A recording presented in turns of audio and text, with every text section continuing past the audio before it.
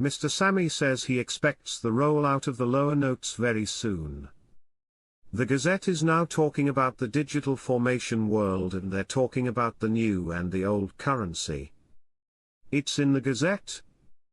The Gazette posted a digital law, and this is essential to Iraq to go international outside its borders.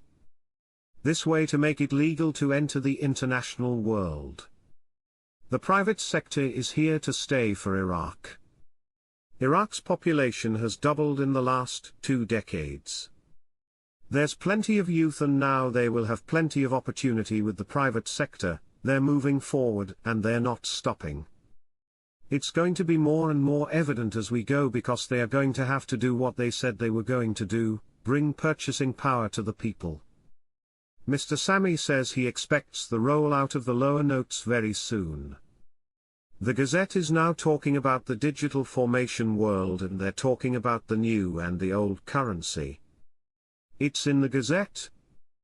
The Gazette posted a digital law, and this is essential to Iraq to go international outside its borders. This way to make it legal to enter the international world. British newspaper, the Iraqi Development Road will compete with the Suez Canal. 12% of global trade and 30% of global container traffic go through the Suez Canal. And now a large percentage of the world's wealth will soon be going through Iraq. This is huge. Iraq is becoming the crossroads of the Middle East. Al-Alaq, our critical position is very excellent.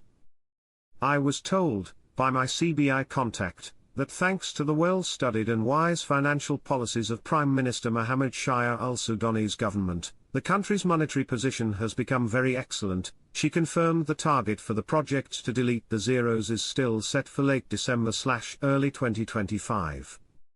When talking to a bank wealth manager/private banker, don't push, I got Dinar's ! Talk on the same level, because she knows now what you know. These are the facts and this is what I want to know. You want to ask them, what is your fee you're going to charge me to exchange my currency at your bank? 2. What type of insurance do you have, because FDIC only covers me for $250,000. Do you have supplemental insurance? Next thing you want to know is, how are you going to be able to get your money out? What is the procedure for you to withdraw? Can you only withdraw $10,000 per week? Per day? What are my limitations? If I want physical cash, not electronic, how much can I take out? What are my limitations? Do you have lawyers? CPA? Bookkeepers? IRS agent? Would your lawyers be able to help you set up trust funds?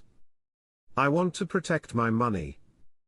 Al-Alaq, the monetary situation in Iraq is very excellent, and the launch of Riyadh Bank is imminent. Article 2, monetary stability achieves economic stability and sustainable development. Article 3, banks are the most traded sector in the Iraqi market in terms of value.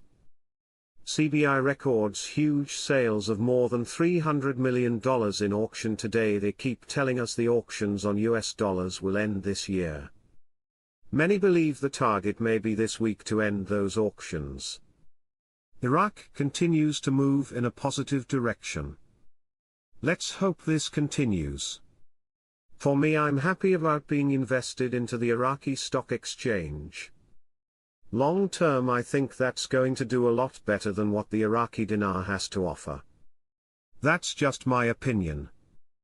But I'm more than confident you'll get more for your buck by being invested in the Iraqi stock exchange. Don't pay attention to anyone, don't trust anymore except for Sudani and what Sudani tells Alaq. Notice I removed Barzani from the trust circle.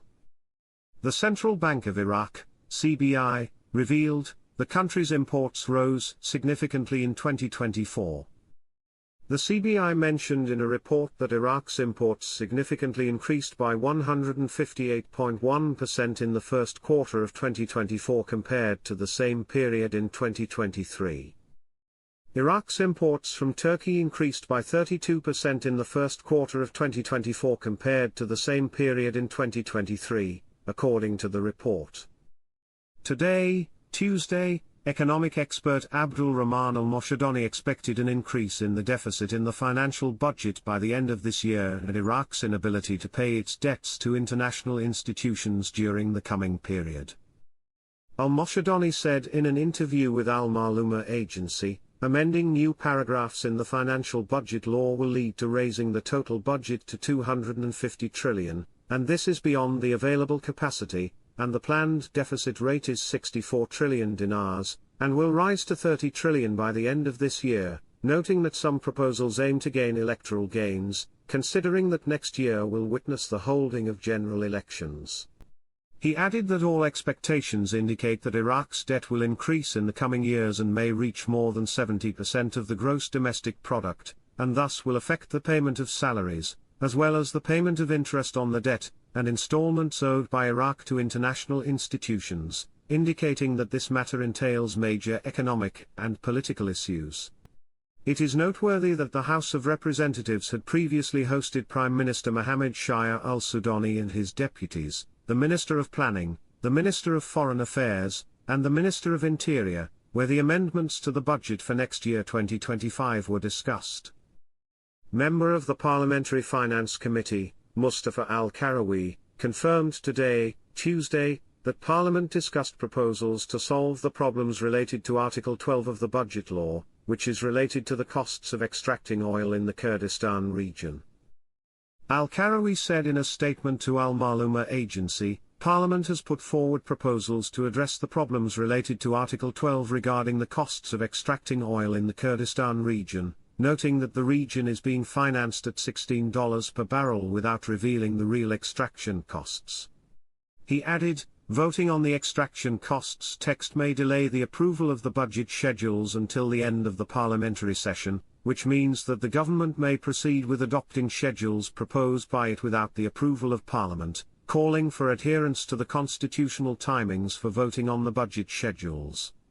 He said, many of the budget texts need to be amended to ensure justice in the legislation of the law, expressing his hope that the political forces will adopt the amendments to the budget law in a fair manner and in accordance with the current constitution.